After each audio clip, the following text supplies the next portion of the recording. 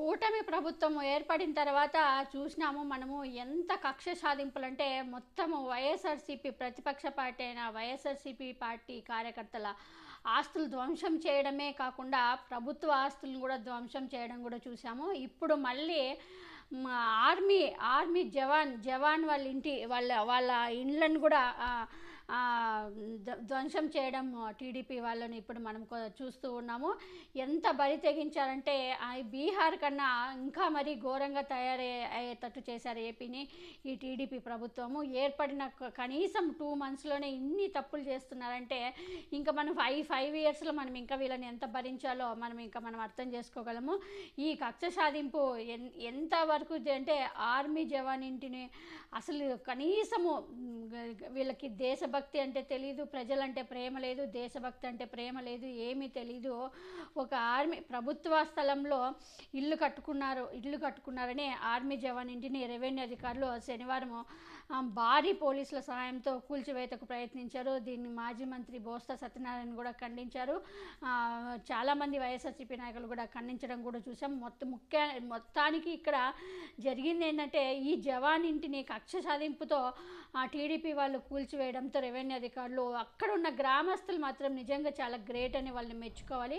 గ్రామస్తులంతా జవాన్ వాళ్ళ ఇంటికి వాళ్ళ కుటుంబానికి అండగా నిలవడం ఇక్కడ పెద్ద హైలైట్ అని చెప్పుకోవాలి. నిజంగా ఇక్కడ గ్రామస్తులంతా జవాన్ కుటుంబానికి అండగా నిలిచి అడ్డుకోవడంతో జేసీపీతో ప్రవారి కూల్చివేస్తున్న రెవెన్యూ అధికారులు వెనక్కి తగ్గి వదిలేశారు. చివరికి మండలంలోని దన్నాసపేటలోని రిటైర్డ్ ఆర్మీ జవాన్ పతివాడపైడి చిట్టి దన్నాసపేట కుమిలి రహదారిలో సర్వే నెంబర్ 88P కొండ పొరంబోకు స్థలంలో నూతనంగా ఇల్లు నిర్మించుకున్నారంట. అయితే ఇంటిని ప్రభుత్వ స్థలంలో నిర్మించారని టీడీపీ నాయకులు జిల్లా అధికారులకు ఫిర్యాదు చేశారు. ఈ నేపథ్యంలో ఆర్డీఓ విచారణ జరిపి ప్రభుత్వ స్థలంలో ఇల్లు నిర్మాణం చేసినట్లు గుర్తించారు. దీంతో శనివారం భారీ పోలీసు బలగాల మోహరంతో ప్రభుత్వ స్థలంలో నిర్మించిన ప్రవార గోడను రెవెన్యూ అధికారులు కూల్చివేశారు. దీంతో ఆర్మీ జవాన్ కుటుంబ సభ్యులు బోర్డున విలిపించారు. ఎంతో కష్టపడి నిర్మించుకున్న ఇంటిని కేవలం కక్ష సాధింపుతోనే కూల్చివేస్తున్నారని రోధించారు. దేశ సేవలో ఎన్నో ఒడిదుడుగులు ఎదుర్కొని సొంత గ్రామంలో ఇల్లు నిర్మించుకుంటే కూటమి ప్రభుత్వం అక్రమ నిర్మాణం పేట తనకు మంచి బహుమతి ఇచ్చిందని ఆవేదన వ్యక్తం చేశారు కుటుంబ సభ్యులు. గ్రామంలో ఎంతోమంది ప్రభుత్వ స్థలంలో అక్రమంగా ఇల్లు నిర్మాణాలు చేశారని వాటిని కూడా తొలగించాలని డిమాండ్ చేశారు. కూటమి నాయకులు అక్కడెక్కడో నీతులు చెప్తున్నారు కానీ గ్రామ స్థాయిలో కక్ష సాధింపు చర్యలు కనబడలేదా అంటూ కూడా ఆగ్రహం వ్యక్తం చేశారు.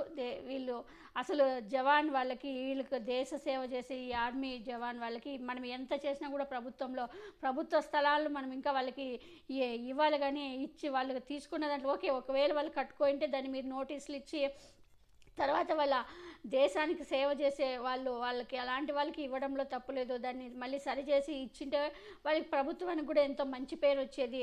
ఆ కుటుంబ జవాన్ వాళ్ళ ఆర్మీ వాళ్ళు కూడా ఎంతో సంతోషించారు. ఆ కుటుంబ వాళ్ళు కూడా మొత్తం ఆ గ్రామం ఆ ఊరంతా కూడా మీకు సపోర్ట్ చేసేది. కానీ ఈరోజు మీరు ఆ గ్రామం అంతా మీకు వ్యతిరేకత అయిపోయినారంటే కారణము మీరు ఒక దేశ సేవ చేసే ఆర్మీ జవాన్ కుటుంబాన్ని మీరు ఇంత వేధిస్తున్నారంటే ఇంకా సామాన్యుల ప్రజల్ని మీరు ఎంత వేధిస్తారు, ఎంత కక్ష సాధింపు చేస్తారని ఇప్పుడు ప్రజలంతా భయభ్రాంతులకు గురవుతున్నారు. కూటమి ప్రభుత్వాన్ని చూసి ఈ రెడ్ బుక్ రాజ్యాంగాన్ని చూసి మరి చంద్రబాబు నాయుడు నేను చంద్రబాబు నాయుడు 4.2 మీరు చూస్తున్నారు సీఎంగా నేను మారాను, నేను ప్రజలకు సేవ చేయడానికే మళ్ళీ నాకు అధికారం ఇచ్చారంటూ కూడా పెద్ద గొప్పలు చెప్పుకున్న చంద్రబాబు నాయుడు ప్రజల కోసం కాకుండా ప్రజల మీద కక్ష తీసుకోవడానికి అధికారంలోకి వచ్చినట్టు అనిపిస్తూ ఉంది. ఇప్పుడు చంద్రబాబు నాయుడు కనీసం దేశ సేవ చేసే ప్రజల మీద ఎలాగో ప్రేమ లేదు, దేశ సేవ చేసే